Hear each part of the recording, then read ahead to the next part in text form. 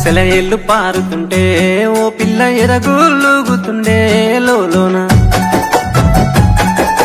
నదులన్నీ కలిసినట్టు పిల్లగా నవ్వెంత బాగున్నది నీలోనా గాజుల సప్పులు గలుగల్లు మోగంగా గజ్జెల పట్టీలు గంతేసి ఆడంగా వరిగడ్డి మోపు ఎత్తి ఓ పిల్ల వయ్యారి నడుము పవే ఈ వేళ